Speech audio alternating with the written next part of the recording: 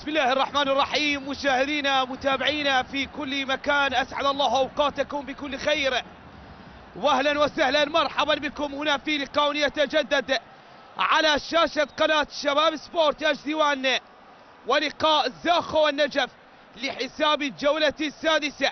نعم أيها الأحبة، اليوم الثاني من الجولة السادسة هنا على أرضية ملعب زاخو الدولي، وهذا اللقاء الذي يدخل به صاحب الأرض وعيني على 3 نقاط ثمينة، القادم من هزيمة ب3 أهداف في هدفين أمام الشرطة بمباراة وسيناريو مجنون.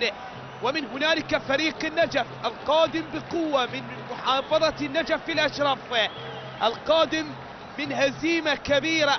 نعم أيها الأحبة، ب4 أهداف مقابل لا شيء على أرضية ملعب أمام نفط البصرة. فالفريقان قادمان للتعويض، نعم يلتقون هنا على أرضية ملعب زاخو من أجل التعويض ومن أجل تحقيق نقاط المباراة. فريق النجف أكيد أكثر من هدف لديه أكيد في هذه المباراة. أولا تسجيل أول الأهداف في هذا اللقاء، وفي هذا الدوري لحد الآن النجف لم يسجل أي هدف، وبالتالي يدخل لتسجيل هدف أول وأيضا لتحقيق أول انتصار.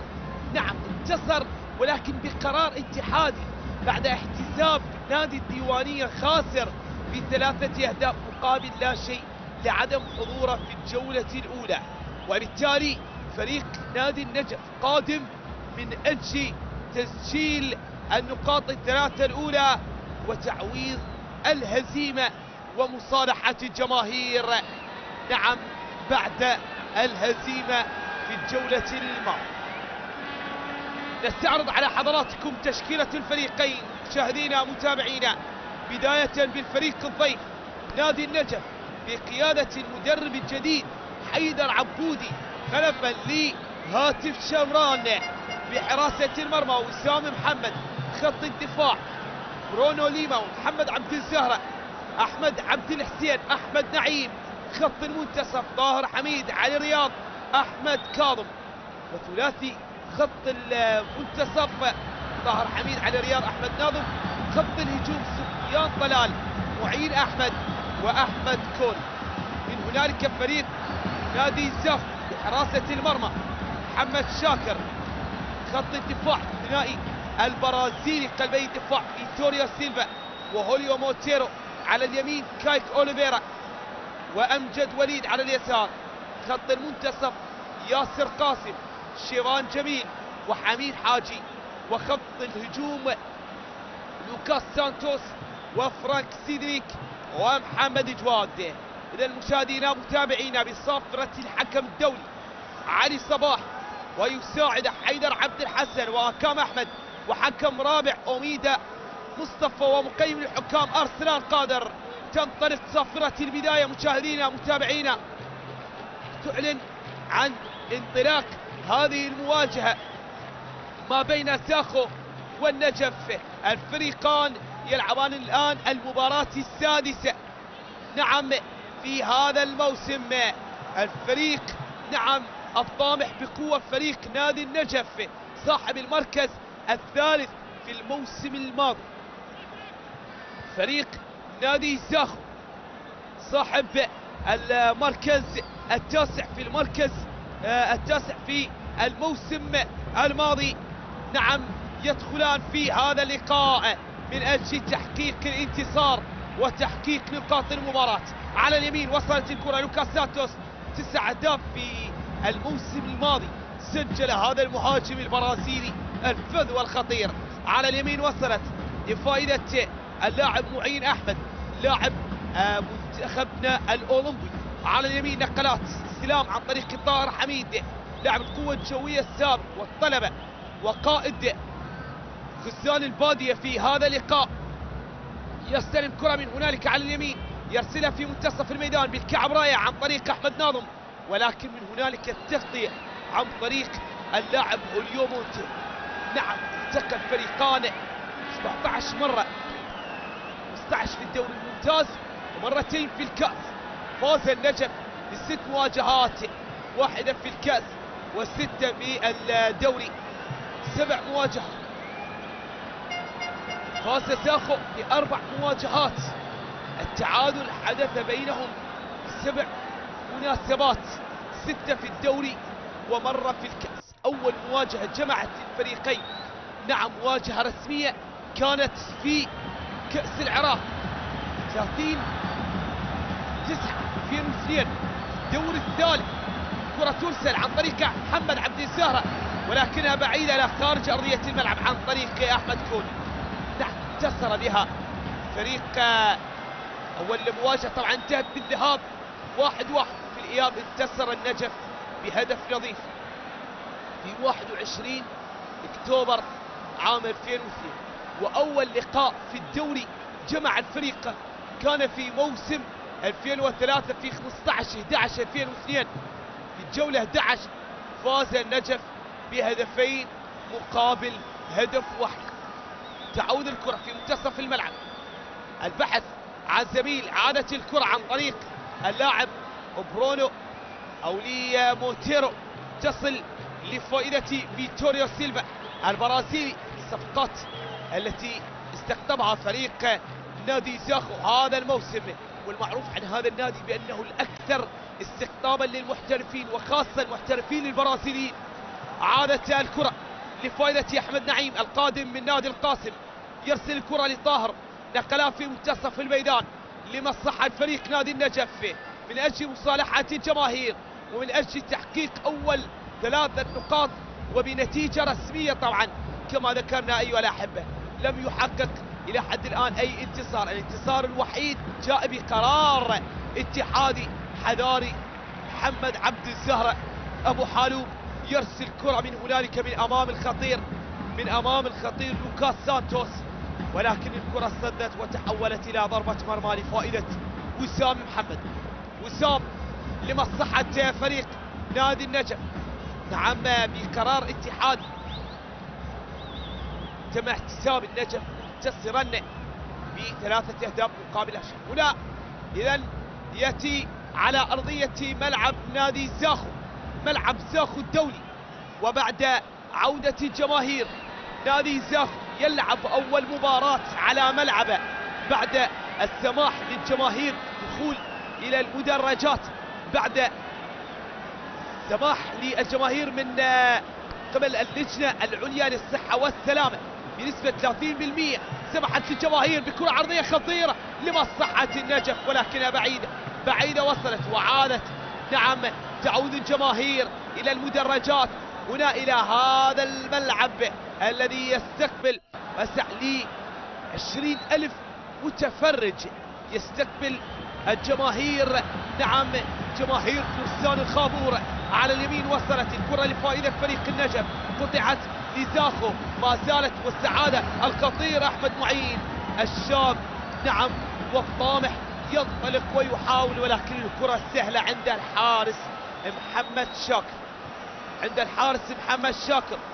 مونتيرو بأداء مميز في الموسم الماضي قدمه هذا اللاعب البرازيلي هوليو مونتيرو، لاعب ريو بريتو البرازيلي وديسور تيفو ايضا البرازيلي، واحترف بعدها في البرتغال مع جي دي استوريال، وبعدها عاد الى موطنه لسبورت كلوب، ومثل ايضا باربارينسي البرازيلي وروبيرو، واختتم مسيرته في الفرق البرازيلية مع ليو سبورت ليحترف ويعود إلى طريق الاحتراف من بوابة الدوري العراقي ومن بوابة فرسان الخابور عن طريق فريق نادي زاخو.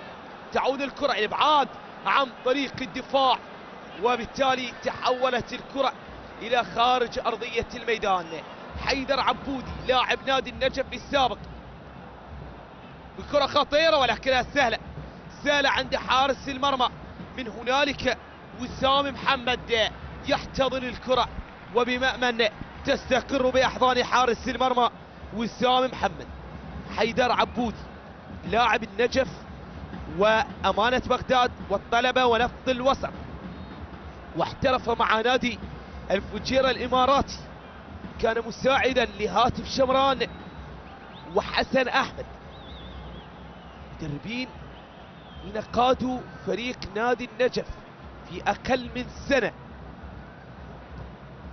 ساعدهم، درب فريق النجف مؤقتا بعد استقالة المدرب حسن أحمد، ولكنه لم يستمر طويلا بقيادة الفريق، فعاد إلى دور المساعد بعد تولي الكابتن هاتف شمران مهمة قيادة غزلان البادية فيما تبقى من الدوري في الموسم الماضي، وقدم أداء رائع مع الفريق بحظه إلى المركز الثالث. انطلاق عن طريق معين، يحاول يتقدم، يمر ويتقدم، ومن هنالك أحمد ماذا يقول؟ نعم، معين أحمد ينطلق. ماذا يقول حكم اللقاء علي صباح؟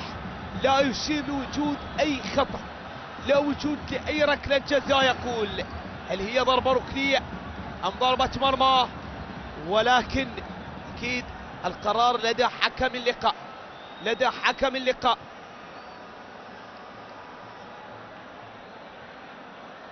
الحديث مع احتجاجات لاعبين فريق نادي النجف على قرار حكم اللقاء معين أحمد، وبالتالي من هنالك طاهر حميد قائد الفريق، والحديث مع الحكم المساعد الذي كان قريبا أيضا على الحالة الماضية. نعم، وبالتالي لا وجود لركلة جزاء. هنالك ضربة ركنية ولكنها مرت خطيرة جدا، مرت بمحاذاة القائم الأيمن من أمام حارس المرمى محمد شاكر الحارس الذي استقبل في الموسم الماضي 35 هدف، وبالتالي فريق نادي زاخو جدد الثقة بهذا الحارس الشاب، بهذا الحارس الذي يمثل أندية الطلبة والزوراء ومنتخب الشباب. تعود الكرة على اليمين، محاولة عن طريق لوكاس يتقدم، يحاول، ولكن لوكاس زاد بالسرعة وزاد بالتعامل بالسرعة مع الكرة، وبالتالي فرط بها وتحولت إلى ضربة مرمى لمصلحة الحارس وسام محمد، لفائدة وسام محمد. نعم، هاتف شمران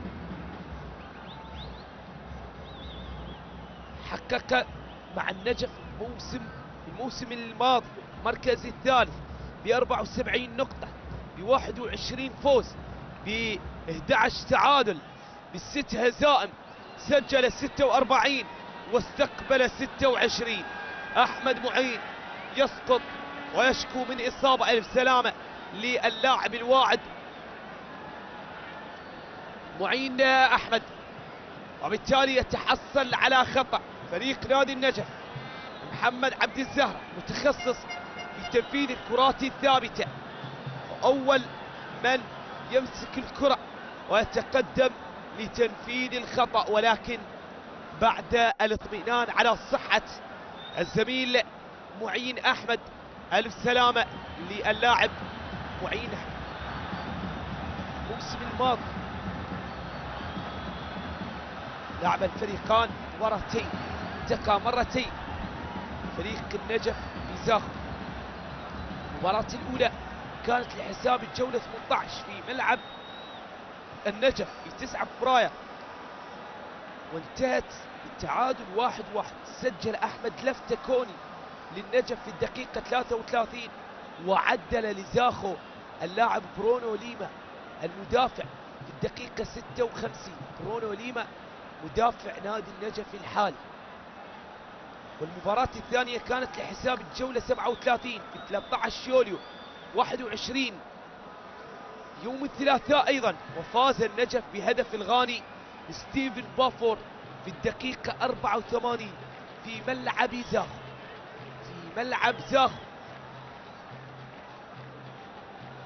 خطأ الآن لمصلحة الفريق نادي النجف أحمد نعيم ومحمد عبد الزهرة لتنفيذ هذه الكرة الثابتة. محمد والتصويب، ولكنها صدت في الحائط البشري وتحولت إلى خارج أرضية الملعب. ضربة ركنية لمصلحة نادي النجف، الضربة الركنية الثانية لفائدة غزال البادية. يعود اللاعب معين أحمد لمتابعة اللعب ويعود بسلامة، نعم، لأرضية الميدان لمتابعة مجريات الشوط الأول من هذا اللقاء.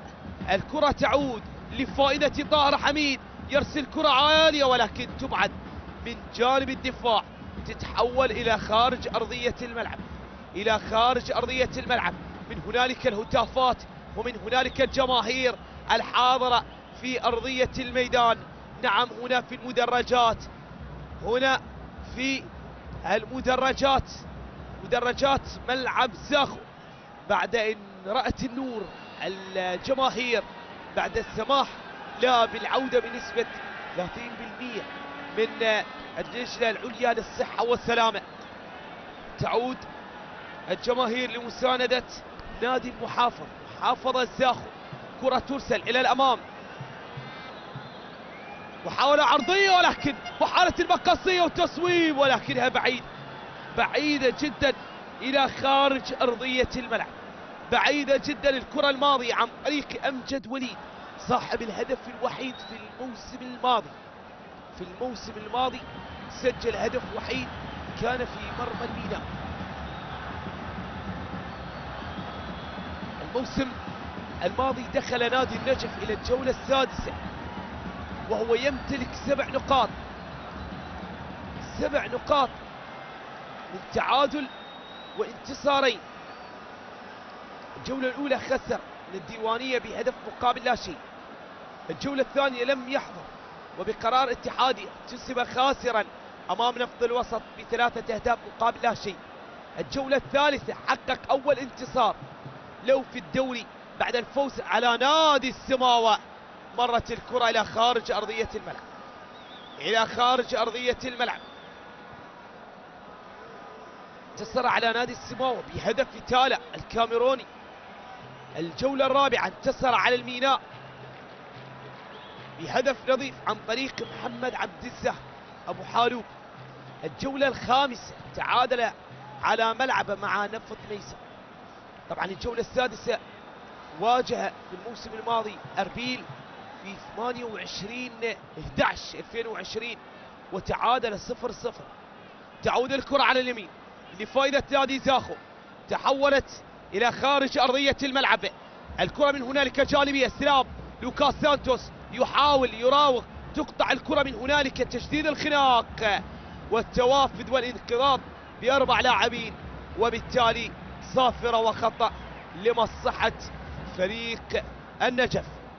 بينما فريق نادي زاخو دخل إلى الجولة السادسة وبجعبته 5 نقاط من 5 تعادلات، 5 تعادلات.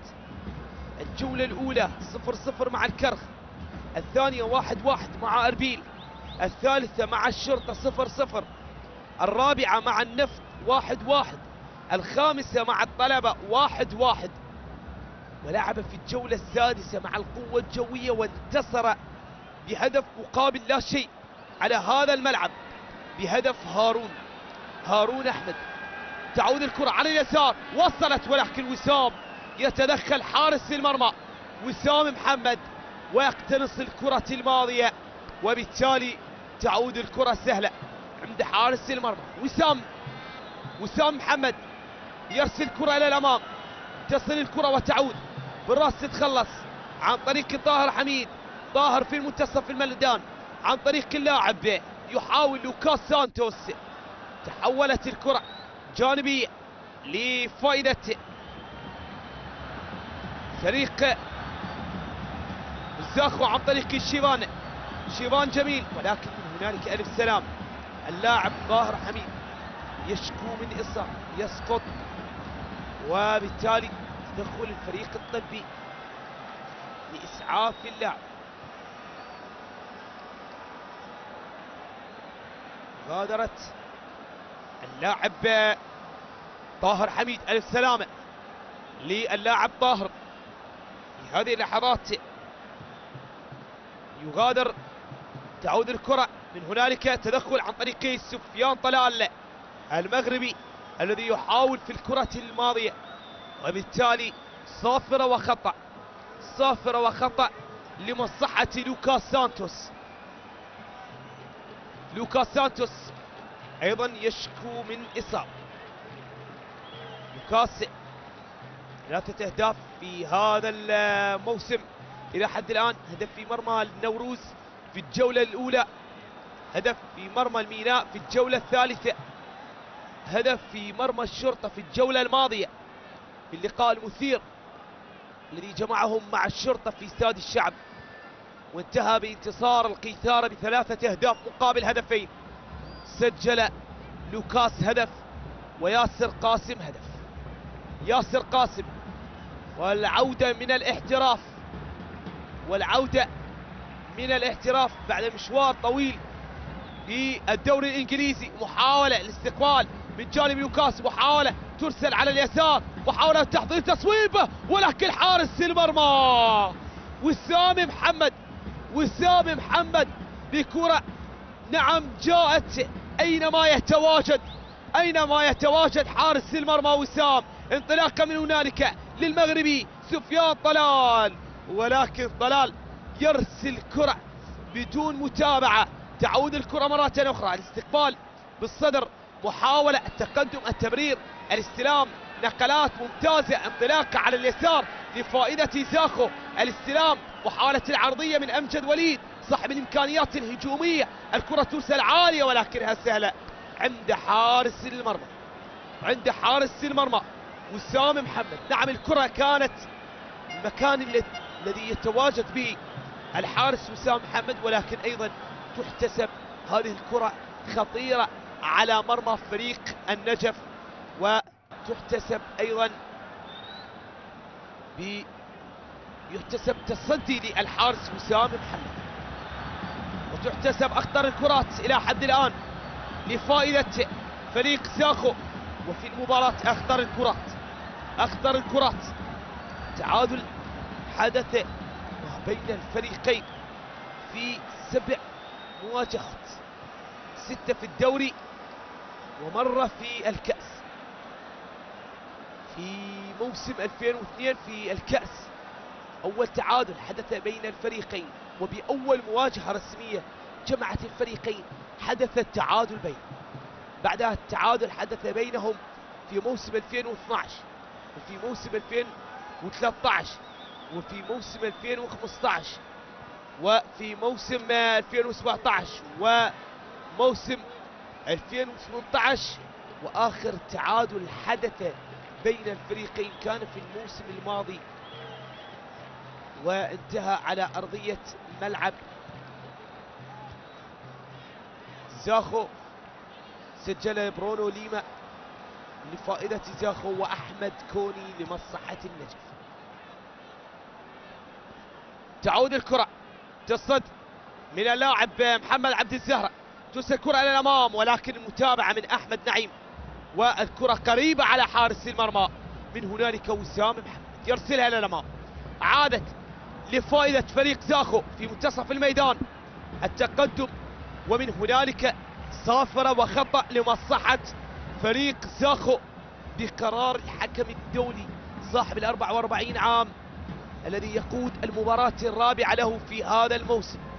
قاد في الجولة الأولى مباراة النفط ونفط ميسان، في الجولة الثالثة مباراة الشرطة وأربين، في الجولة الماضية مباراة نفط الوسط والميناء. كرة تعود ولكن رأسية لوكاس سانتوس ظلت الطريق وكانت سهلة عند حارس المرمى من هنالك وسام محمد. كرة ترسل عالية للأمام بالصدر على اليسار، التقدم عن طريق أمجد وليد. أمجد يتقدم ويحاول لاعب نادي دهوك، الكهرباء، الطلبة، الزوراء، نفط الوسط، الشرطة. تجارب وخبرة اكتسبها هذا اللاعب من التجارب التي خاضها مع الأندية الجماهيرية وأندية المحافظات أمثال دهوك ونفط الوسط. تعود الكرة على اليمين لفائدة فريق نادي زاخو. على اليسار أمجد، الاستلام، التقدم عن طريق سيدريك، يحاول ولكن تقطع الكرة وتعود، لم تصل لسفيان بمتابعة برونو على اليسار عن طريق أمجد، ولكن بعيدة كرة أمجد في اللقطة الماضية تحولت إلى خارج أرضية الميدان. تحولت الكرة إلى خارج أرضية الميدان، تعود لحارس المرمى.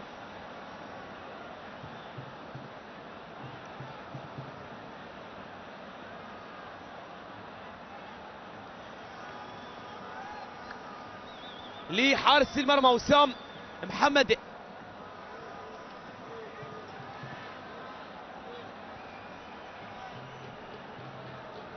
لمصلحة نادي النجف،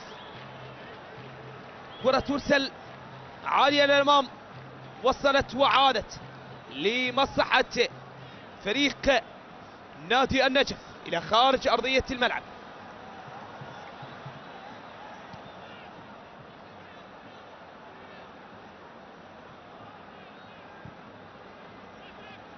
مرة أخرى جانبية، محمد عبد الزهرة أبو حالوب، وأيضا تجارب كثيرة وكبيرة خاضها محمد عبد الزهرة مع الأندية الجماهيرية مثل قوة جوية طلبة الزوراء، ومع أندية النفط أمانة بغداد والصناعة. في المنتصف تمرير استلام على اليمين، 3 أهداف في الموسم الماضي سجلها محمد عبد الزهرة، قوة جوية الميناء وفي مرمى أمانة بغداد. على اليمين جانبية لمصلحة زاخو عن طريق شيفان يتقدم، يرسل كرة تصد، تعود مرة أخرى على اليمين، محاولة العرضية، الله!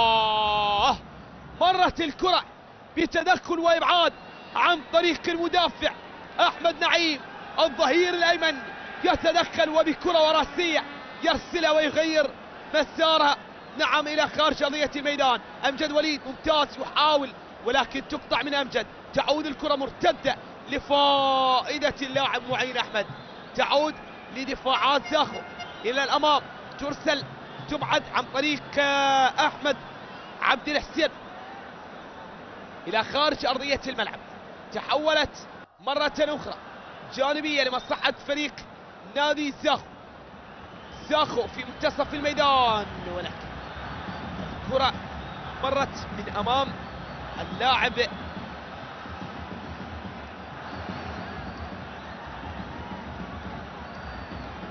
شايكو أوليفيرا إلى خارج أرضية الملعب. جانبية لمصلحة أحمد ناظم، يتركها لمحمد عبد الزهرة لمصلحة نادي النجف في هذه الأثناء. جانبية على اليسار لفائدة وزان البادي، على اليسار محاولة التقدم، ولكن من هنالك صافرة وخطأ على اللاعب برونو ليما أو هيليوم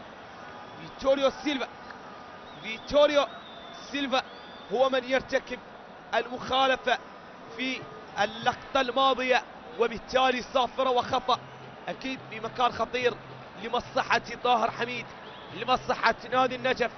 طاهر حميد أصيب في هذا اللقاء ويعود لاستكمال المباراة. يعود على اليسار، كرة ترسل، محاولة بالراس، الله! لكن صافر من هنالك وخطأ.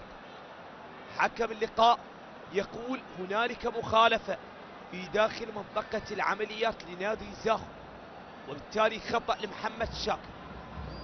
لمحمد شاكر. هنالك التوجيهات للمدرب عبد الوهاب أبو الهيل والذي يقود رابع الأندية لو كمدرب بعد وثاني الأندية العراقية بعد نادي الطلبة. درب في الدوري اللبناني، خطيرة ولكنها طالت إلى خارج أرضية الملعب. درب أندية الأخاء اللبناني والأنصار اللبناني الدولي منذ عام 97 إلى عام 2009. رابع الأندية كمدرب من هنالك من امام المدرب حيدر عبودي، بكرة بالكعب محاولة، ولكن الابعاد جاء عن طريق دفاعات نادي النجف. تعود الكرة على اليمين، عرضية أرضية، عرضية أرضية، استدت وعادت، مرتدة على اليسار. أحمد كوني يحاول، ممتاز، يتخلص بتمريرة، لديه هدف في مرمى زاخو، كان في الموسم الماضي. نعم، القادم من الكرخ موسم 2020. على اليمين، تغيير باتجاه اللعب، الاستلام لفائدة فريق النجف، تعود عند خط الدفاع، تمريره واستلام، التقدم، النقلات، منتصف الميدان عن طريق طاهر حبيب. طاهر على اليسار عن طريق اللاعب احمد ناظم، يحاول احمد سفيان، يحاول من هنالك طلال، يحاول المرور، ولكن الكرة عادت لفائدة الدفاعات البيضاء لمصلحة نادي زاخو. الى الامام، من هنالك الاحتجاج على حكم ربما لاعبي النجف، وبالتالي علي صباح يقول خطأ لمصلحة فريق نادي زاخو. الحديث والنقاش الحاد ما بين المغربي والبرازيلي،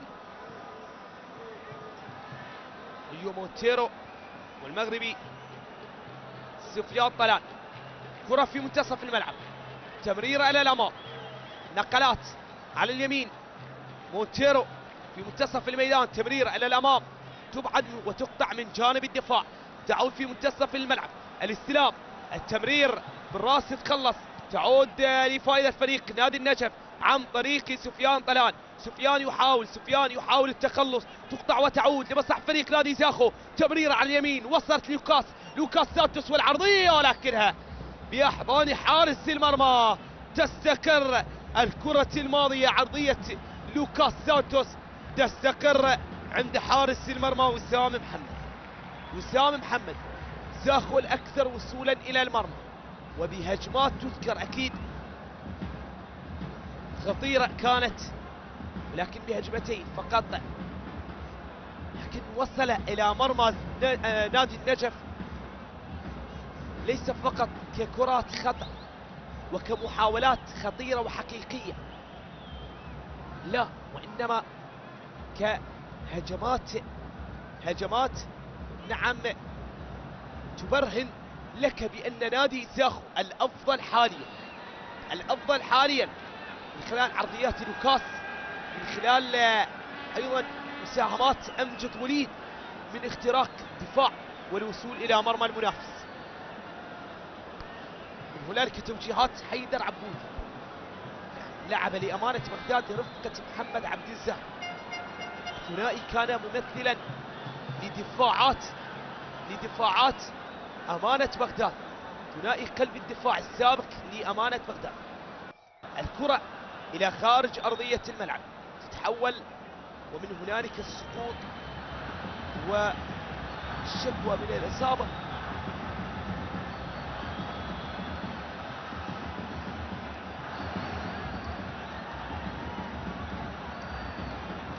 يكون الفريق الطبي أكثر من 3 مرات من جانب فريق النجف. إصابات، الآن يسقط مشكوم الإصابة اللاعب سفيان طلال، اللاعب المغربي القادم من شباب الريف الحسيمي المغربي،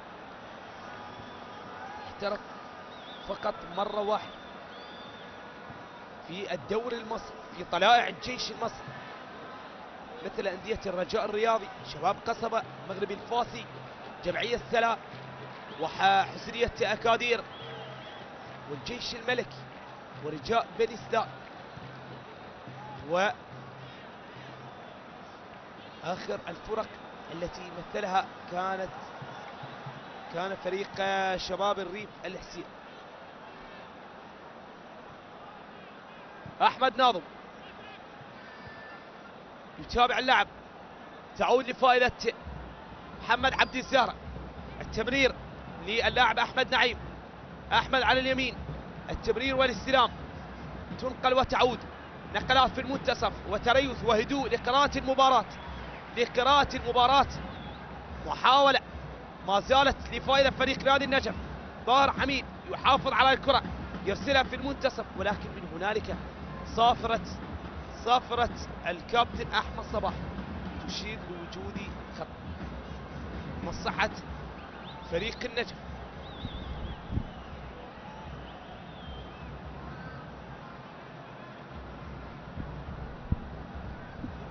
تعود لفائدة فريق النجف، تمرير على الأمام، الاستلام عن طريق اللاعب أحمد ناظم.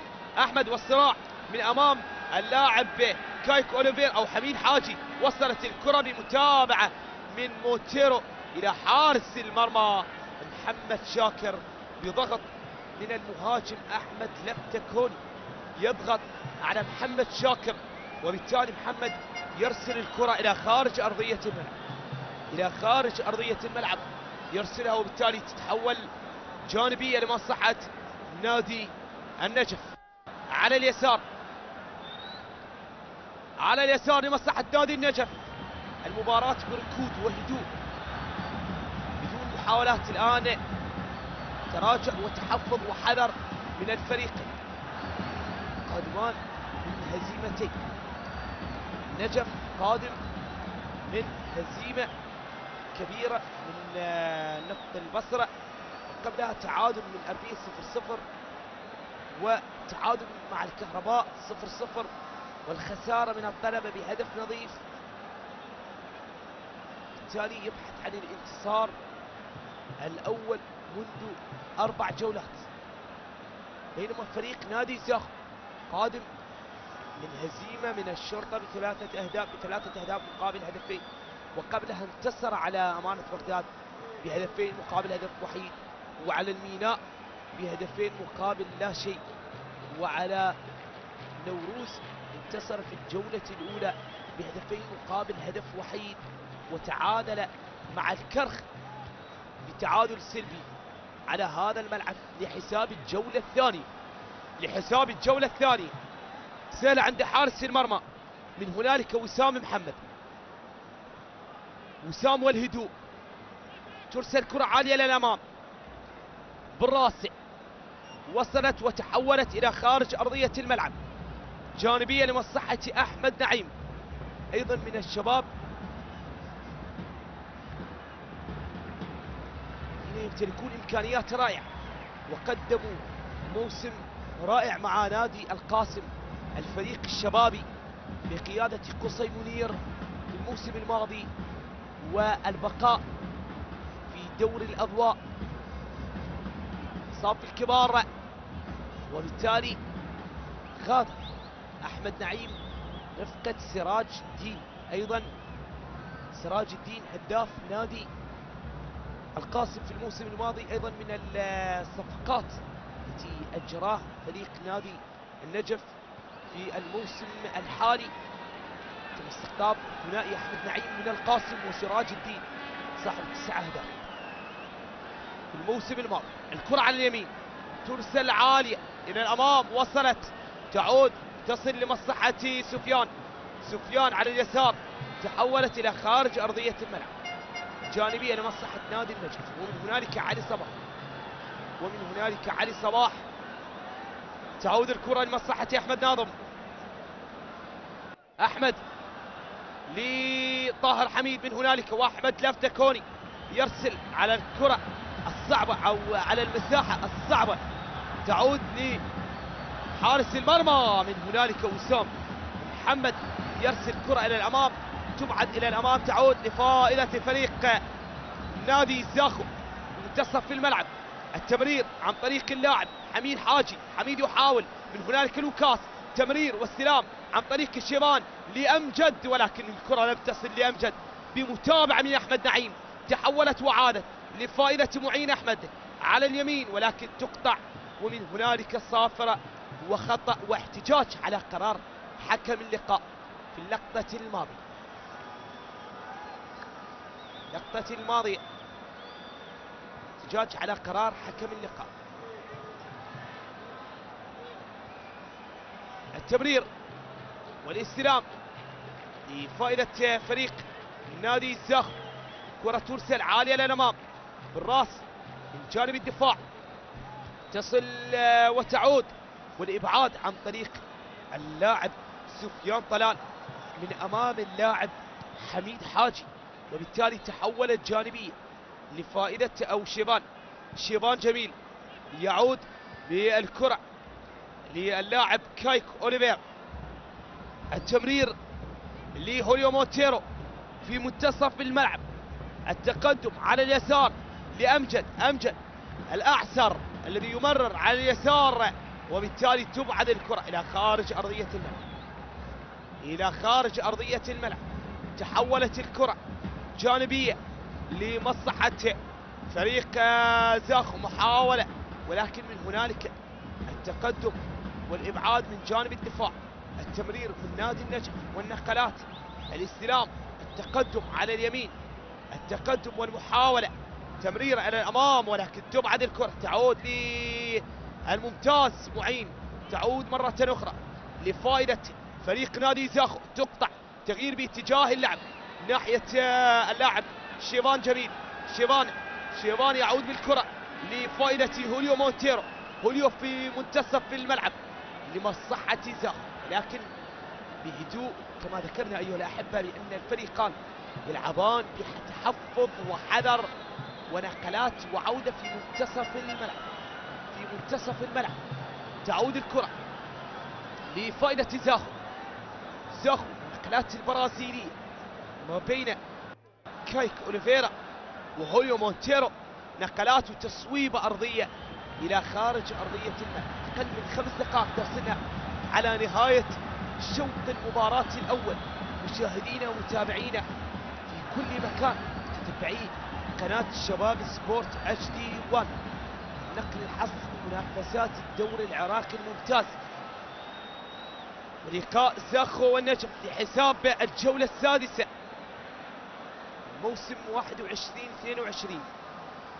إلى الأمام، تبعد من جانب الدفاع في منتصف الملعب، محاولة تعود من هنالك صافرة الكابتن علي صباح تعلن وجود خطأ لمصلحة فريق نادي زاخو في هذه اللحظات.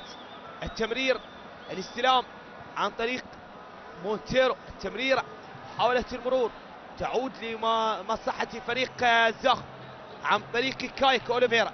شيبان ونقلات، الاستلام لوكاس الخطير، لوكاس تصويبة يسارية عن طريق البرازيلي، يرسل الكرة إلى خارج أرضية الملعب. يبحث عن حل، يفضل التصويب بعد العجز عن المرور والعبور أمام دفاعات نادي النجف المتحفظة والحذرة. أكيد نتيجة لا يمكن أن تنسى، نتيجة الجولة الماضية، ولكن يحاول نادي النجف أن ينسى هذه النتيجة وهذه المباراة والبدء بصفحة جديدة رفقة حيدر عبودي، نعم الذي يقود فزان البادية في أول جولة، نعم له لحساب الجولة السادسة.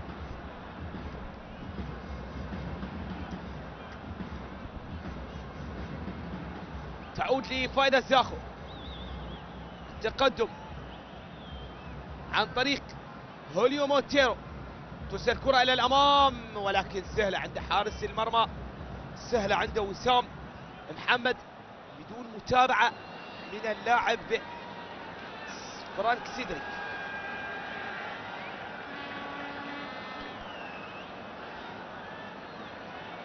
وسام يرسل كرة إلى الأمام لمصلحة فريق زاخو، تصل بمتابعة من جانب الدفاع، تعود لمصلحة نادي زاخو، تعود لمصلحة نادي النجف على اليسار. وصلت محاولة عن طريق طلال يعود بالكرة والنقلات، المغربي في منتصف الميدان، تعود لفائدة اللاعب برونو ليما أمام فريق السابق، سجل في مرمى النجف نعم، والآن هو في صفوف نادي النجف. محمد عبد الزهر بذكاء يتركها لطلال، وبالتالي تصل إلى خارج أرضية الملعب، إلى خارج أرضية الملعب. من هنالك صافرة وخطأ. علي صباح من هنالك بمتابعة اللعب واللعب بشكل سريع للكرة الماضية، وبالتالي تحولت إلى خارج أرضية الملعب، إلى خارج أرضية الملعب. تحولت الكرة جانبية. لاعب فريق زاخو يشكو من إصابة في هذه الأثناء.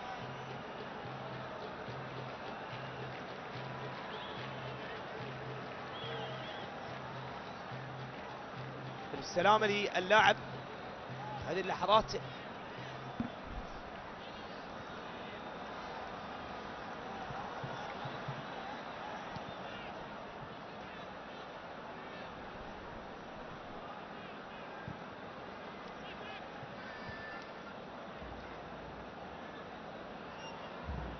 في الموسم الماضي زاخو في الجولة السادسة دخل إلى الجولة السادسة وهو مستقبل 3 أهداف ومسجل 3 أهداف، بينما النجف سجل هدفين واستقبل هدف. طبعا في الجولة السادسة زاخو انتصر على القوة الجوية في الموسم الماضي في الجولة السادسة بهدف نظيف، والنجف تعادل مع أربيل في ملعب فرانسو حريري بتعادل سلبي. انتهى الوقت الأصلي مشاهدينا متابعينا، ونحن ندخل الآن إلى الوقت الإضافي، الوقت المحتسب بدلا للضائع. تعود الكرة لفائدة مونتيرو. التعادل السلبي ما زال مهيمنا وسائدا في هذا اللقاء، ومهيمنا على أحداث هذه المواجهة. كرة إلى الأمام بالصدر تتحضر، تصل لفائدة أمجد وليد. الكرة تحولت، يستفاد منها رمية تماس، كرمية تماس لمصلحة نادي زاخو. تعود لفائدة مونتيرو يبحث، ينتظر، يرسل كرة يسارية إلى الأمام عن طريق الشيبان، وتقطع عن طريق أحمد ناظم وطاهر حميد. أحمد يحاول، ولكن من هنالك فيتوريا سيلفا يتدخل وبتقدم وبإبعاد إلى خارج أرضية الميدان. تتحول الكرة جانبية لمصلحة محمد عبد الزهر، لمصلحة نادي النجف. جانبية. المباراة توقفت كثيرا، ربما يضيف حكم اللقاء أكثر من 3 دقائق. تصل الكرة لمصلحة طاهر لأحمد ناظم. أحمد على اليسار، أحمد من أمام كايك. تقطع الكرة لفائدة ياسر قاسم. ياسر في منتصف الميدان عن طريق لوكاس سانتوس، وبالتالي البرازيلي يتحصل على خطأ في هذه الأثناء لمصلحة نادي زاخو.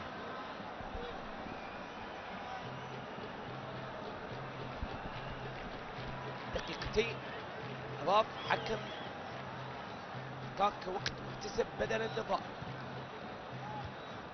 تصل وتعود لفائدة مونتيرو. كرة ترسل عالية إلى الأمام، وصلت على اليمين، محاولة للمرور والعبور، ولكن من هنالك تمر وتتحول إلى ضربة ركنية، ربما الأخيرة في شوط المباراة الأول.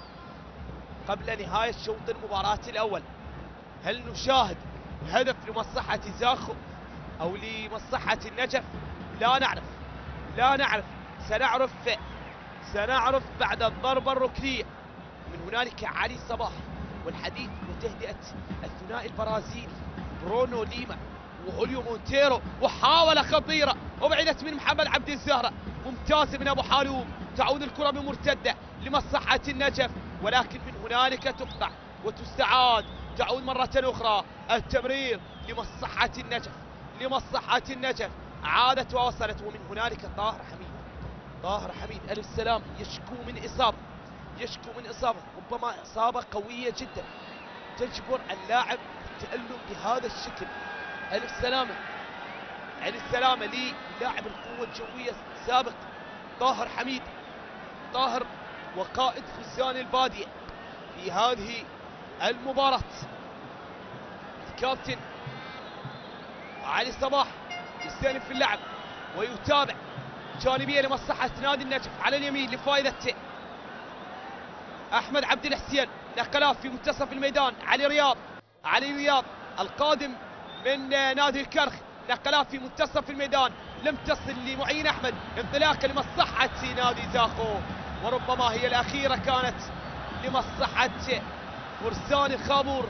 عادت الكرة لغزان البادية بالكرة إلى الأمام، ومن هنالك حكم اللقاء مشاهدينا متابعينا الكابتن علي صباح يعلن عن نهاية الفصل الأول من هذا اللقاء ما بين زاخو والنجف. أيها الأحبة لنا عودة بعد الاستراحة، لا تذهبوا بعيدا.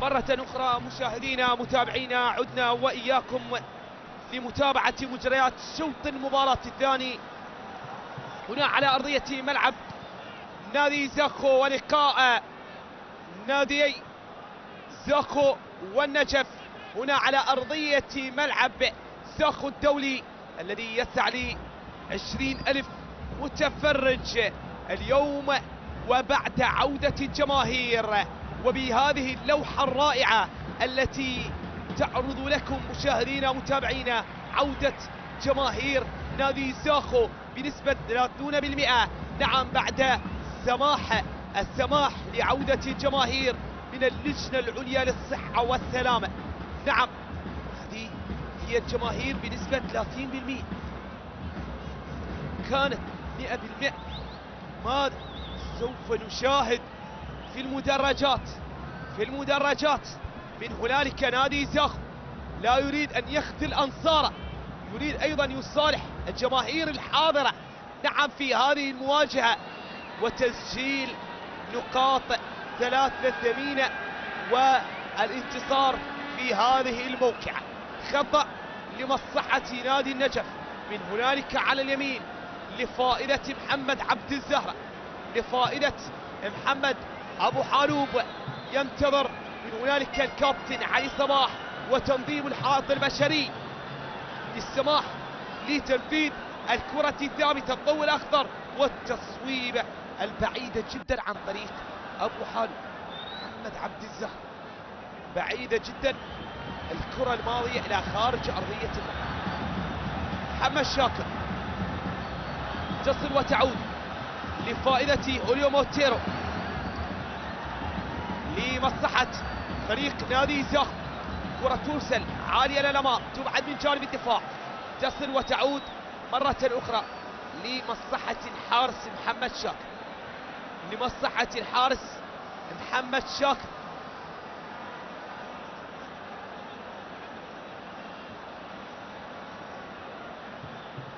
تعود الكرة مرة أخرى تبعد من جانب الدفاع في منتصف الميدان. محاولة على اليسار وصلت لفائدة نادي النجف. نقلات وتمرير في المنتصف، محاولة المرور، الاستلام عن طريق اللاعب علي رياض. علي ينطلق على اليمين ولكن التدخل من اللاعب أمجد وليد وصافرة يا علي صباح الحاضرة من هنالك تشير لوجود مخالفة، نعم، لمصلحة فريق النجف في هذه الأثناء. الخطأ الثاني لنادي النجف، الخطأ الثاني لنادي النجف. تصدي، الله! محاولة الهدف الأول، فرصة الهدف الأول المحققة تشتتت بقفازات الحارس محمد شاكر بتصدي رائع وتصدي ممتاز عن طريق الحارس محمد شاكر يمنع نادي النجف من تسجيل أول الأهداف. بدأ يصل بالشوط الثاني مغاير، ينطلق به لسان البادية بمحاولة خطيرة جدا وبحماسة ينطلق الأزرق لتسجيل أول الأهداف، ولكنها ضاعت بالتألق والتصدي من الحارس محمد شاكر. عادت لمصلحة فريق نادي زاخو في منتصف الميدان. التمرير للشيبان جميل على اليسار، التدخل من جانب الدفاع، عادت لأمجد يحاول على اليسار. أمجد وليد تعود مرة أخرى لمصلحة زاخو في منتصف الملعب. محاولة تمرير إلى الأمام تبعد من جانب الدفاع، تعود مرة أخرى لمصلحة فريق نادي زاخو. ماذا هنالك؟ صافرة وخطأ. الاحتجاج على قرار حكم اللقاء الكابتن علي صباح. لماذا تشير صافرة الكابتن علي صباح؟ دولي منذ عام 2009، اللقاء الرابع اللي يديره الكابتن علي صباح هذا الموسم. الجولة الأولى النفط ونفط ميسان، الجولة الثالثة الشرطة وأربيل، الجولة الخامسة نفط الوسط والمينا. الجولة الماضية قاد مواجهة نفط الوسط والمينا.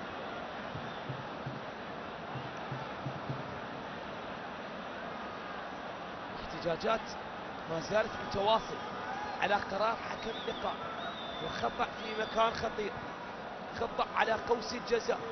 هل يستثمر هذه الفرصة نادي زاخو لتسجيل أول الأهداف بحضرة الجماهير، حضرة هذا الملعب الذي افتتح في عام 2015؟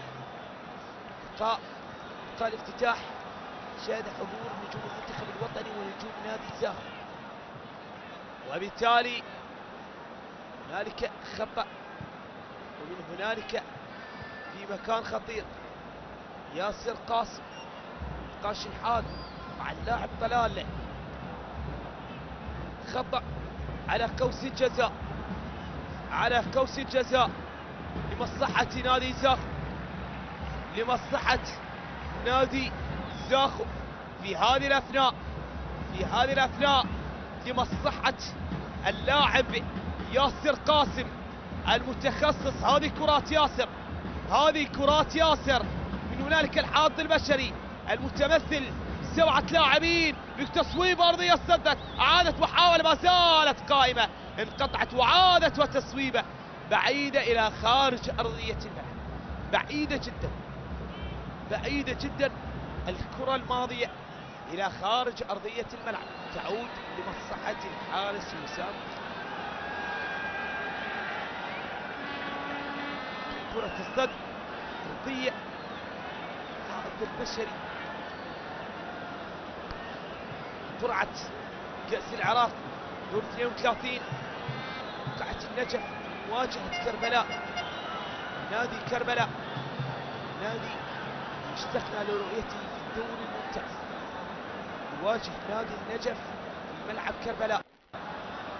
نادي زاخو يواجه غلبة في هذا الملعب، محمد عبد الزهر المتابع، نقلات ما بين محمد سفيان طلال، كرة ترسل إلى الأمام وبعدت من جانب الدفاع، من هنالك هوليو مونتيرو ترتد وتعود على اليسار لمصلحة نادي زاخو، تصويبه الله، محاولة ما زالت خطيرة جدا، ولكن تصدي من حارس المرمى وبالدفاع في المرة الثانية عادت وواصلت مرة أخرى في منتصف الميدان، من هنالك عادت لمصلحة نادي زاخو، تحولت جانبية لمصلحة اللاعب كايكو أوليفيرا في منتصف الميدان لفائدة مونتيرو. قاف اللعب هنالك اللوحة الجماهيرية الرائعة، جماهير زاخو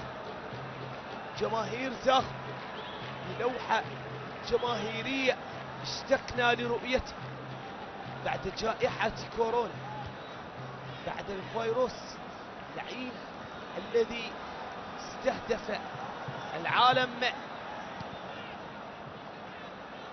اجتاح العالم، فقدنا كوكبة من نجوم الكرة العراقية رحمه الله.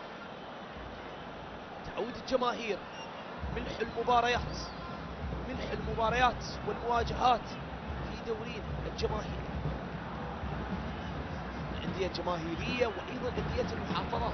نادي زاخو نادي محافظة زاخو، نعم، بالتالي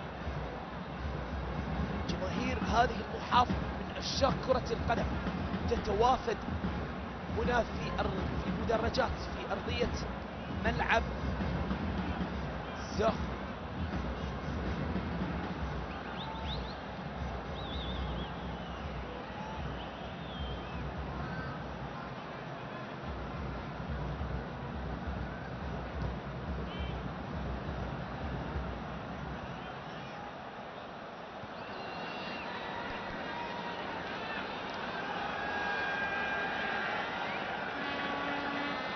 إذن مشاهدينا متابعينا التعادل ما زال سيدا للموقف 0-0. تعود الكرة من هنالك، حديث مع حكم اللقاء تيرو وفيكتوريا سيلفا نائب برازيل، حديث مع الكابتن علي صباح صاحب 44 عام. عادت لفيتوريا سيلفا والنقلات، استلام عن طريق اللاعب مونتيرو على اليمين، وصلت محاولة للمرور، محاولة للعبور، التمريرة والاستلام على اليسار، عادت لمصلحة نادي زاخو، محاولة المرور، التمرير، ولكن محاولة للمرور ولكن بذكاء لاعب سفيان طلال يوهم اللاعبين ويجبرهم على إخراج الكرة. تعود لمصلحة اللاعب محمد عبد الزهر جانبية، سفيان يعود بالكرة، ينقلها، يرسلها عالية، لكنها ما زالت خطيرة بوجود سانتوس والبقية من مهاجمي فريق نادي زاخو. محاولة للمرور على اليمين، وصلت وعادت وأبعدت، وصلت لمصلحة نادي زاخو، عادت لحارس المرمى محمد شاكر، تصل لمونتيرو، تصل مرة أخرى بنقلات إلى الأمام أرضية، وصلت لياسر قاسم، محاولة من سفيان، وصلت على اليمين، التقدم سانتوس، تمريرة اصطدت محمد عبد الزهر، عادت ووصلت لمصلحة نادي النجف، تصل وتعود، تصطد إلى خارج أرضية الملعب، تحولت الكرة جانبية لمصلحة محمد عبد الزهر.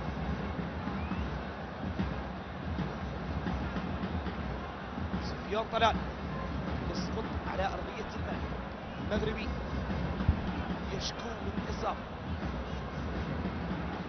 تعود الكرة جانبية لمصلحة محمد عبد الزهر، التمرير والاستلام لمصلحة سفيان، العودة لحارس المرمى،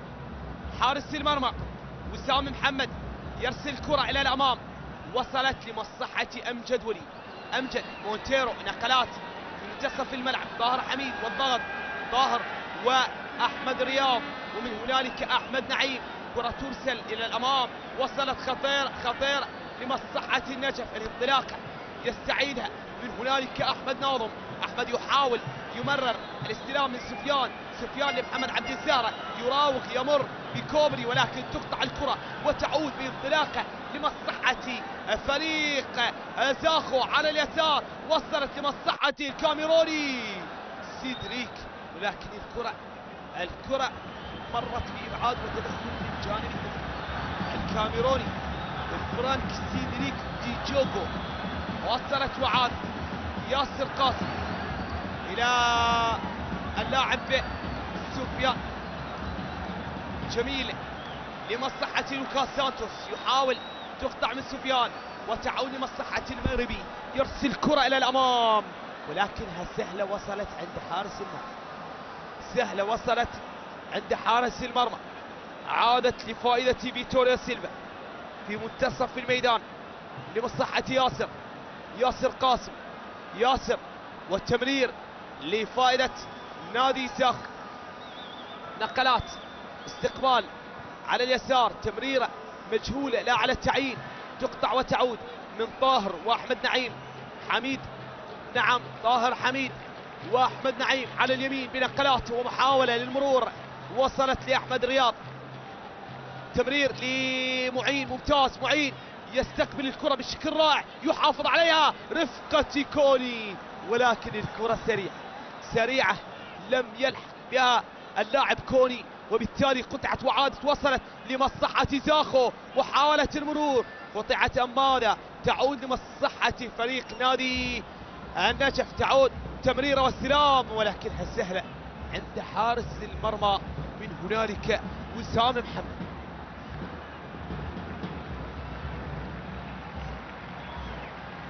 وسام محمد، وخطأ لمصلحة فريق نادي النجف.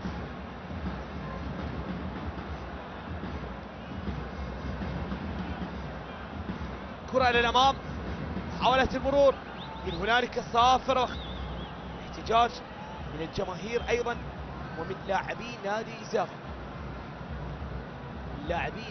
زاخو. في منتصف الملعب.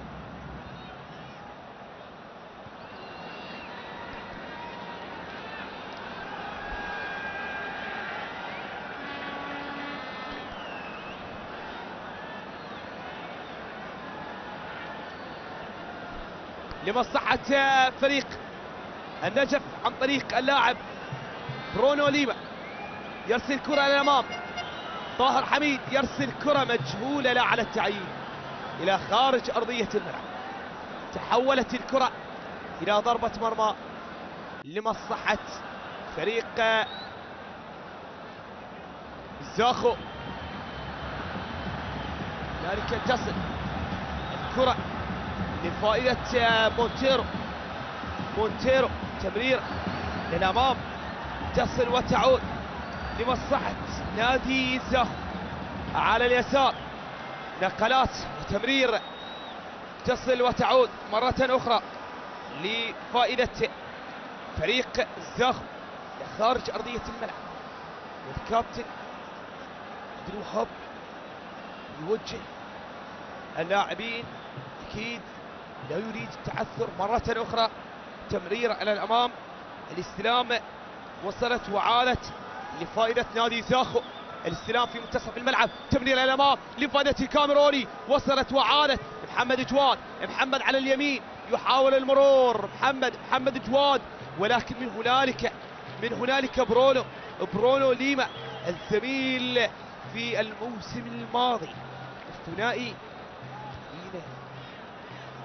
قادوا فريق زاخو.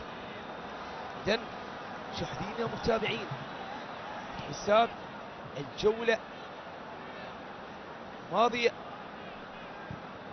مباريات الجولة الماضية، أكيد مفاجآت ومباريات رائعة، مستويات متقاربة أكيد بين الفرق في الدوري العراقي الممتاز. بالتالي مفاجآت. تعود الكرة على اليمين، تمريرة من شيبان إلى خارج أرضية الملعب. إذن الشرطة انتصر البارح على النفط بهدف مقابل لا شيء. نوروز انتصر ب3 أهداف مقابل هدفين على نادي القاسم. الكرخ تعادل مع السناح تعادل سلبي. نفط الوسط ينفرد بالصدارة 18 نقطة بعد الانتصار على أمانة بغداد بثنائية نظيفة. السلامة للاعب لوكاس سانتوس. الزوراء بانتصار على الكهرباء يسمح برصيده 12 نقطة وقفز إلى المركز الرابع. مواجهات اليوم، كرة ترسل خطيرة إلى خارج أرضية الملعب، تحولت من هنالك صافرة وخطأ لمصلحة نادي النجف. مواجهات اليوم، البصري يواجه الديوانية، زاخر يواجه النجف، نفط ميسان يواجه سامراء. هذه مباريات الساعة الثانية. وجه أربيل الطلبة في تمام الساعة 5:15، ويختتم القوة الجوية والميناء مواجهات الجولة السادسة في صدام في ملعب الفيحاء، في صدام العراقة في ملعب الفيحاء ما بين الميناء والقوة الجوية. عادت الكرة، قطعت من لوكاس على اليمين، البرازيلي حكم اللقاء لا يشير لوجود أي خطأ، ولكن من هنالك التمرير ومن هنالك برونو ليما والتغطية من أمام اللاعب ياسر قاسم. سفيان طلال يشكو من إصابة في هذه اللحظات. ألف سلامة للاعب المغربي. التعادل السلبي ما زال حاضرا في هذا اللقاء. حدث التعادل السلبي ما بين الفريقين ب4 مواجهات. أول تعادل سلبي كانت 2/2012. الجماهير الحاضرة والمتعطشة والله اشتقنا لرؤية هذه الصور. كان يعز علينا نشاهد المدرجات خالية من الجماهير وخالية من أصوات الجماهير والحناجر التي كانت تتغنى بالأناشيد والعبارات التشجيعية للأندية. نعم، تعادل في موسم 2012 تعادل سلبي 0-0. الموسم التالي في موسم 2013 ايضا تعادل، ولكن في موسم 2016 تعادل الفريقان 0-0. في موسم 2017 ايضا، واخر تعادل سلبي كان في موسم 2018، واخر تعادل كان في موسم 2021 في الموسم الماضي. تعود الكرة من هنالك منتصف الميدان بسافر وخطأ لفائدة اللاعب برونو ليما.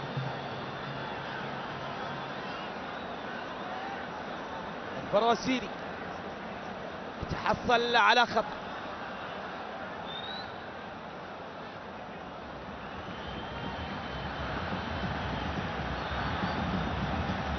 في منتصف الميدان لمصلحة نادي النجف. كرة ترسل إلى الأمام، وصلت استقبال عن طريق محمد، تعود لفائدة أحمد كوني لسفيان، والتمرير تعود مرة أخرى بانطلاقة لفائدة الكاميروني فرانك سيدريك.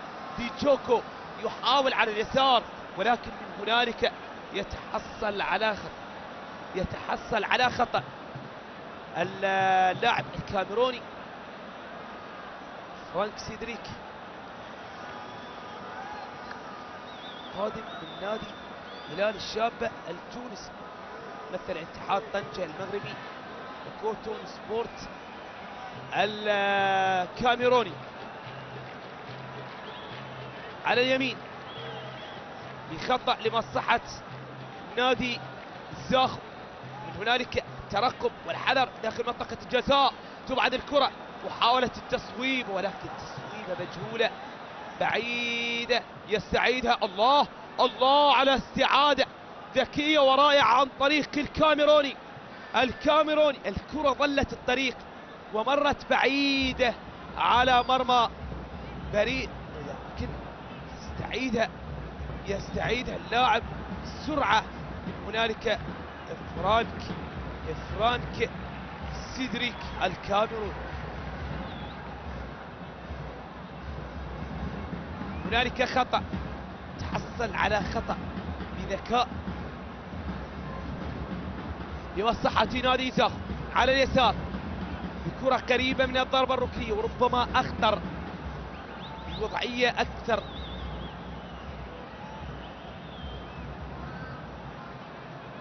تسجيل، نعم، محاولة خطيرة تبعد بالراس، تعود لصالح فريق نادي النجف بالراس، ولكن سهلة بأحضان حارس المرمى وسام محمد يحتضن الكرة السهلة باللقطة الماضية. الكرة تصل وتعود في منتصف الملعب على اليمين، نقلات تصل لفائدة فريق نادي زاخو في منتصف الملعب. تمريرة إلى الأمام لمصلحة النجف، ترسل الكرة إلى الأمام عالي ولكن تبعد الكرة بقبضة اليدين من حارس المرمى محمد شاكر. عادت ووصلت لفائدة نادي زاخو. نقلات الاستقبال، التمرير إلى الأمام، وصلت وعادت لمصلحة محمد جواد.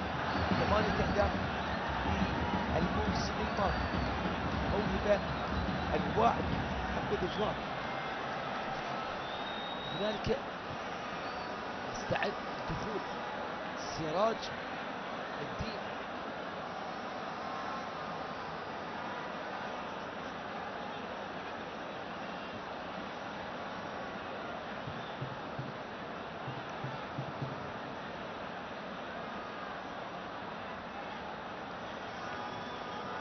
تغييرات في هذه الأثناء،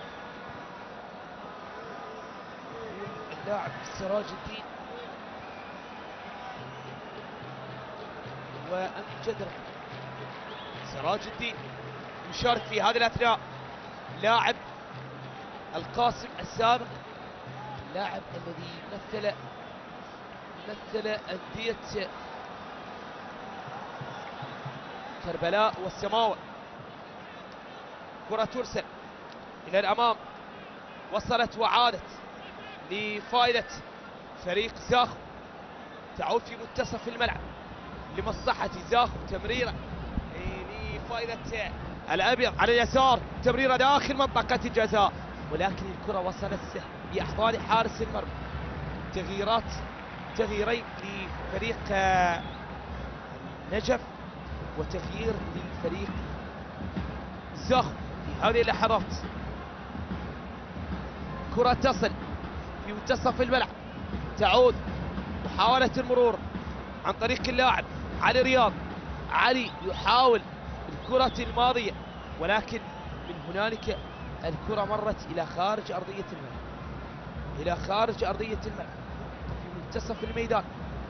في منتصف الميدان. الكرة تعود لفائدة نادي زاخو. عادت نقلات في منتصف الملعب، ابعاد عن طريق اللاعب علي رياض، يرتقي علي، تمريره الى الامام، وصلت ولكن يؤمن الكرة من هنالك اللاعب محمد عبد الزحف، وبالتالي تصل سهلة عند حارس المرمى. من هنالك وسام محمد على اليسار، محاولة التمرير، الاستلام لفائدة نادي النجف، ولكن من هنالك نادي النجف لا نريد أن نشاهد هكذا صور، لا نريد أن نشاهد هكذا صور. تمريرة للأمام، أمجد راضي. والحديث النقاش أمجد طبعا فيه 4 أهداف في مرمى نادي في مرمى نادي زاخم عندما كان لاعبا للقوة الجوية. تعود الكرة يستعيدها دفاع نادي النجف، تعود لطاهر حميد على اليسار لسفيان طلال. سفيان يرسل كرة لمصلحة أمجد. أمجد يحاول، أمجد راضي، ولكن إبعاد من دفاعات نادي زاخم، إبعاد من دفاعات نادي زاخم. سجل في موسم 2010 عندما انتصر القوة الجوية ب3 أهداف مقابل لا شيء على زاخم.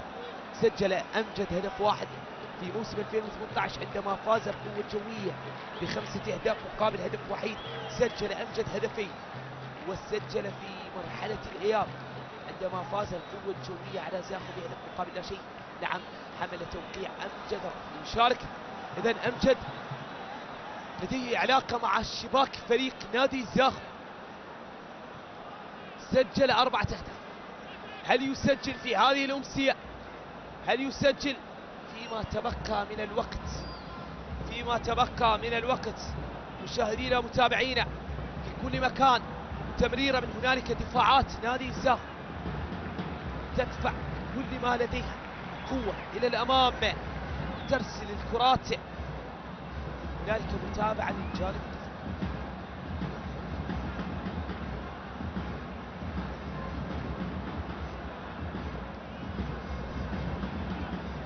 نادي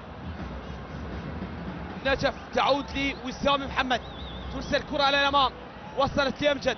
أمجد يحاول، أمجد أربيل القوة الجوية والاحتراف مع نادي سموحة المصري ونادي الرائد السعودي. تعود الكرة، ياسر الخبرة يتفوق، يمر.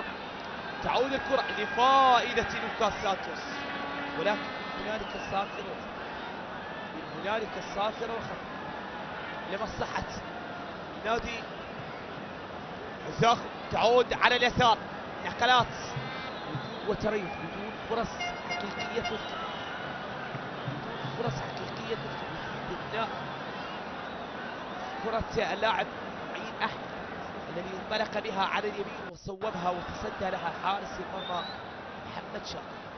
تمرير واستلام على اليسار، منتصف الملعب، ترسل لأمجد.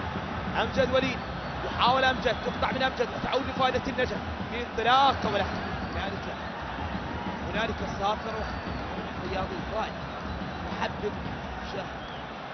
هكذا الصورة، روح رياضية وأخوية محبية ما بين لاعبي فريق النجف وزاخم. ما شاهدناه من جدال ونقاش حاد ما بين أمجد راضي واللاعب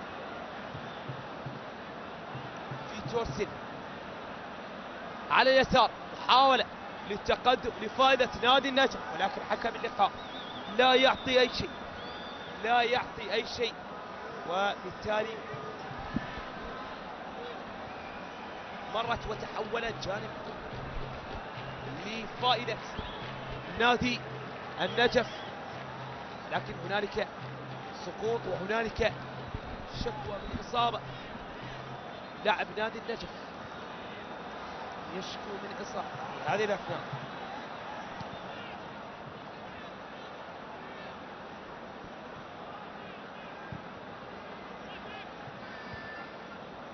معين، نعم، هو من يسقط في هذه الأثناء. نادي النجف ما زال محاولا ضاغطا من أجل تسجيل الهدف الأول. الدوري 3 مرات، 96، 2006، 2009، أسوأ موسم لنادي النجف.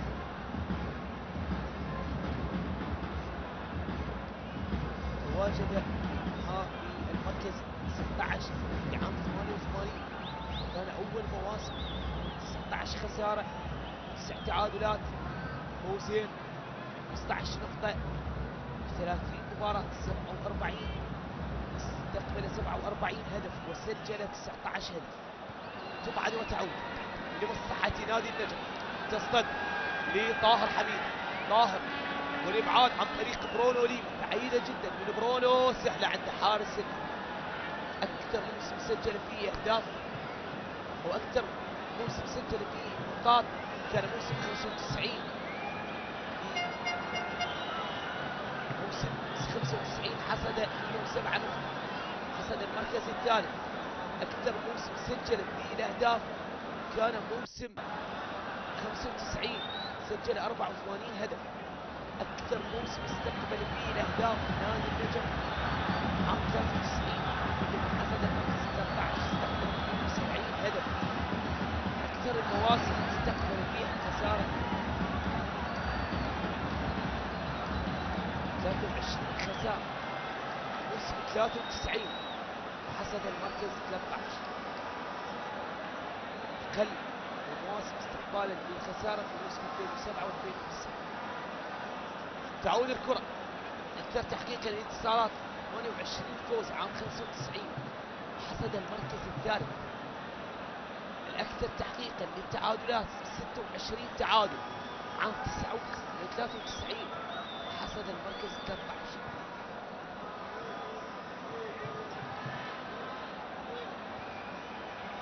تعود الكرة على اليمين لمصلحة نادي النجف، تبعد من جانب الدفاع بتدخل معين أحمد. التمرير على اليمين محاولة عن طريق أمجد، أمجد يمر يتقدم أمجد، ولكن من هنالك حكم اللقاء لا وجود لأي خطأ، يقول لا وجود لأي مخالفة لأمجد راضي. تعود لمصلحة فريق نادي زاخو. شيبان منتصف في الملعب، كايكو أوليفيرا على اليسار، تغيير باتجاه اللعب ناحية أمجد وليد. أمجد يحاول، أمجد من أمام معين، أمجد يعود بالكرة للاعب محمد شاكر، الثنائي الذي يمثل الطلبة والزوراء إلى خارج أرضية الملعب. منتخب الشباب المنتخب الأولمبي.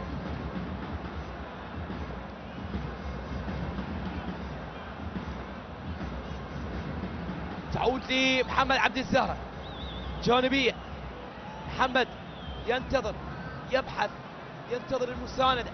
التمرير على اليسار ناحية سراج يحاول، سراج الدين من هنالك، ولكن الابعاد من جانب الدفاع. عادت وصلت محاولة المرور، تمريرة وصلت من دفاعات النجف إلى الدفاعات الصاعدة من محمد عبد الزهرة، نعم، الذي يتواجد رفقة خط الهجوم، يترك الدفاع يساند الزملاء في خط الهجوم. على اليمين وصلت الكرة بعرضية ولكنها أبعدت وتحولت إلى خارج أرضية الملعب. دخلنا في الدقيقة 80 مشاهدينا متابعينا في كل مكان، متتبعي قناة شباب سبورت، والتعادل ما زال حاضرا وسائدا ومسيطرا على أجواء هذا اللقاء ما بين النجف وزاخو لحساب الجولة السادسة. ضربة ركنية لطاهر حميد لمصلحة نادي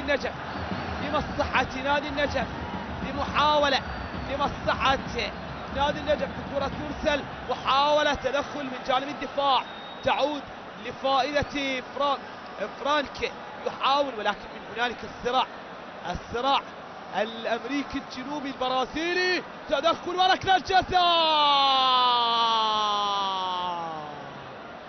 وركلة جزاء لمصلحة النجف، ركلة جزاء لمصلحة النجف في هذه اللحظات القاتلة، بوقت مميز، بوقت رائع، ممكن من خلال فريق نادي النجف يحصد نقاط المباراة.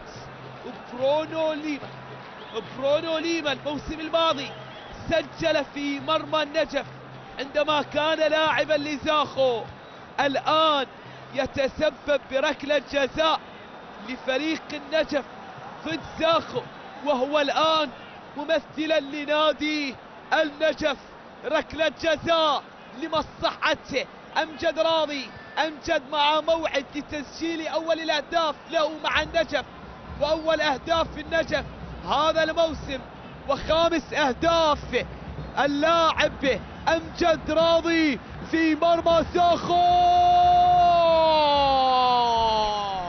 هدف أول لمصلحة النجف، هدف أول في المباراة لمصلحة نادي النجف، وأمجد راضي يسجل أول أهداف مع النجف، وأول أهداف في النجف هذا الموسم، وأول أهداف في هذا اللقاء في توقيت رائع، في توقيت رائع. يتقدم خزان البادية بأول الأهداف، يتقدمون ويسجلون أول الأهداف في وقت رائع أمام الجماهير، أمام جماهير نادي زاخو الحاضرة في هذا اللقاء. وبالتالي يتقدم فريق نادي النجف ويكسر الجمود بأقدام أمجد. يتقدمون ويسجلون 1-0 لمصلحة نادي النجف.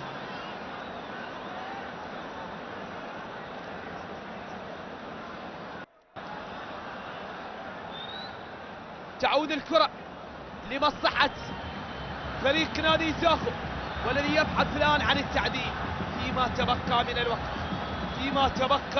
من الوقت في هذه اللحظات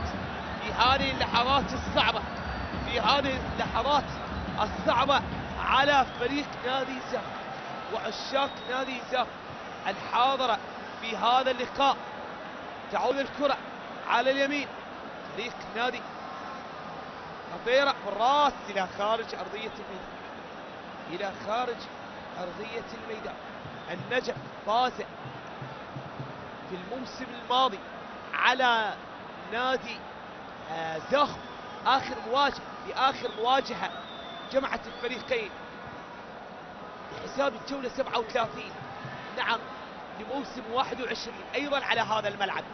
انتصر فريق نادي النجف بهدف مقابل لا شيء، أيضا بوقت قاتل كان في الدقيقة 84، بهدف قاتل في الدقيقة 84 عن طريق المهاجم الغاني ستيفن بافور.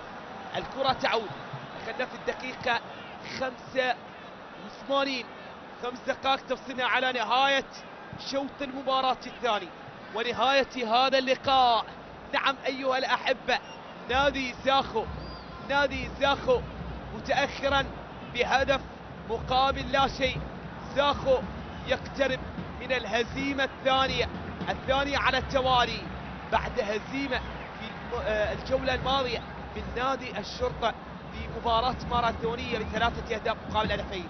الآن يحاول أن يعود، هل يعدل؟ محاول الكاميروني سيدريك يحاول على اليسار، ما زال محاولا وطامحا وباحثا عن هدف التعديل، ولكن أبعدت الكرة وعادت. معين أحمد، يعود مرة أخرى، تبعد الكرة إلى الأمام، ترسل في منتصف الميدان، أبعدت من جانب الدفاع، وصلت على اليسار بنقلات، استلام، تسليم على اليمين عن طريق اللاعب شيفان جميل ومسان، وجميع لاعبي زاخو يتواجدون إلى الأمام، يصعدون، يشاركون، يحاولون محاولة لمصلحة نادي زاخو على اليسار، وصلت لأمجد بعرضية ولكن الإبعاد من جانب الدفاعات النجفية الصامدة التي تتواجد هنالك في خط الدفاع. لا تريد أن تفرط بالنقاط الثلاثة، لا تريد أن تفرط في هذا الانتصار الأول لنادي النجف هذا الموسم. محاولة لزاخو خطيرة ولكن من أمام الثنائي الأمريكي الجنوبي البرازيلي والأفريقي من هنالك برونو وسفيان طلال المغربي والبرازيلي باحتكاك وتقدم بتصدي لكرة الخطير اللاعب لوكاس، وبالتالي مرت وتحولت إلى خارج أرضية الملعب. تعود لمصلحة نادي زاخو. ضربة ركنية أخيرة. إذا أمجد راضي الهداف القناص يعود ليصالح الشباك ويسجل.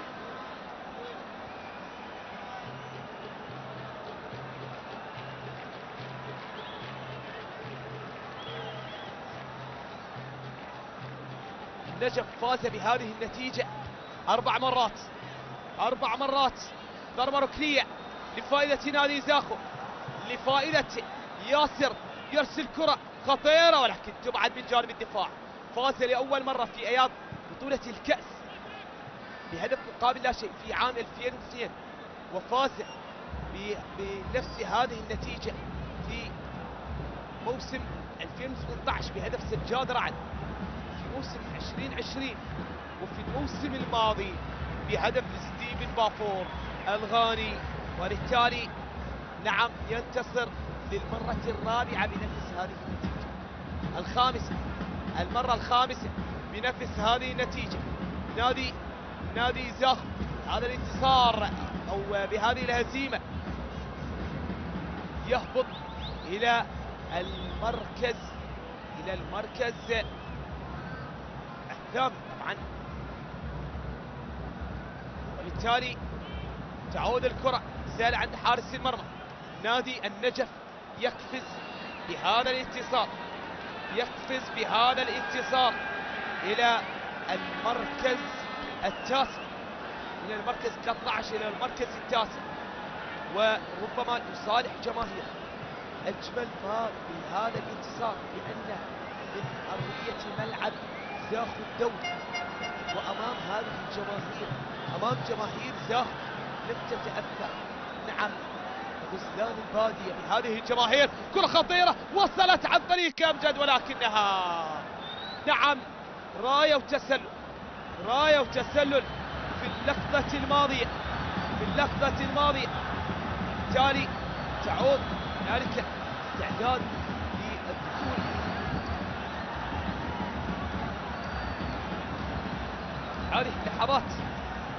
في هذه اللحظات ما زالت التبديلات الحاضر بوجود قائد طاهر حميد وإشراك اللاعب كرار فالح.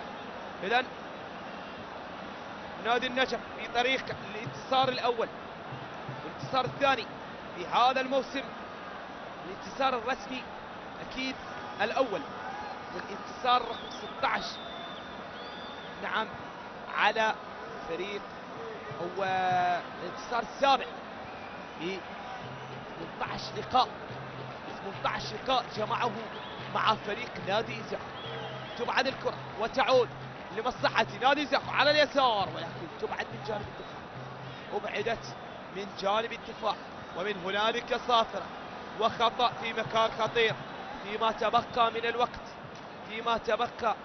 الوقت في هذه اللحظات مشاهدينا متابعينا في كل مكان.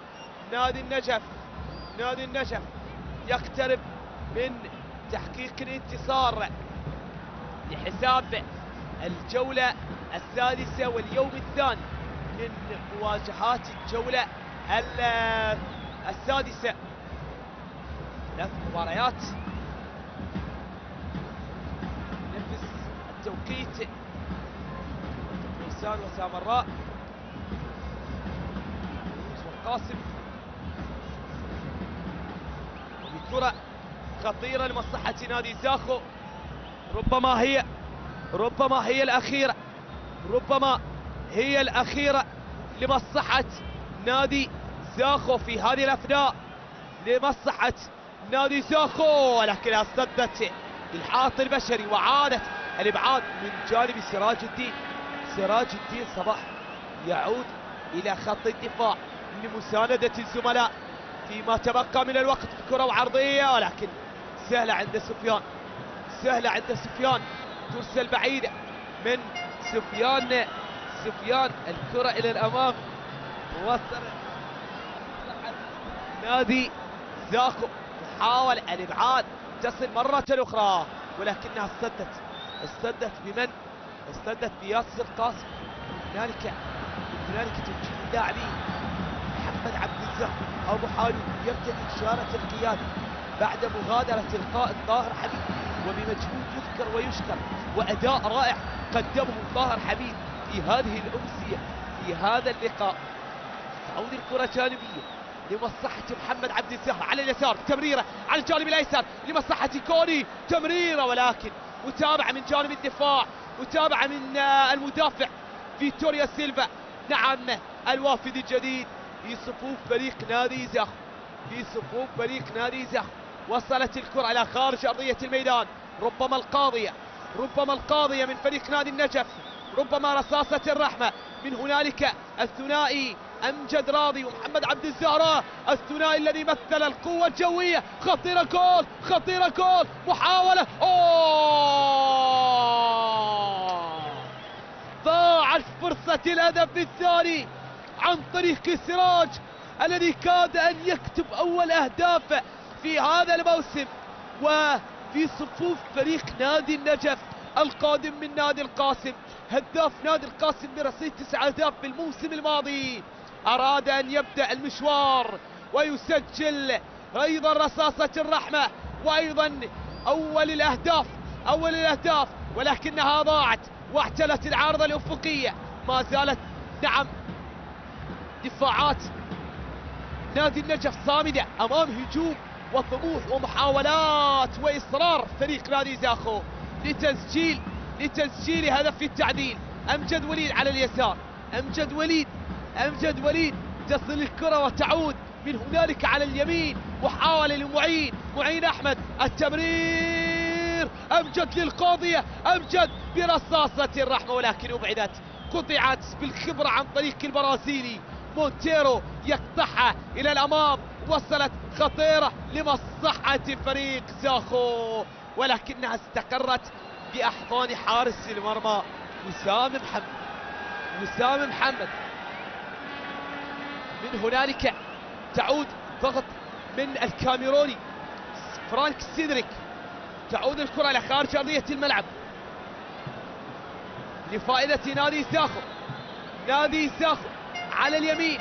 التقدم، محاولة العرضية ولكن الإبعاد بصمود عن طريق المغربي طلال. أبعدت الكرة وتحولت إلى خارج أرضية الميدان، تحولت إلى ضربة ركنية لياسر قاسم. هل هو المنقذ بأقدام ياسر المتخصص بتنفيذ الضربات الثابتة فيما تبقى من الوقت؟ بكرة ترسل خطيرة بالراس ولكنها إلى خارج أرضية الميدان.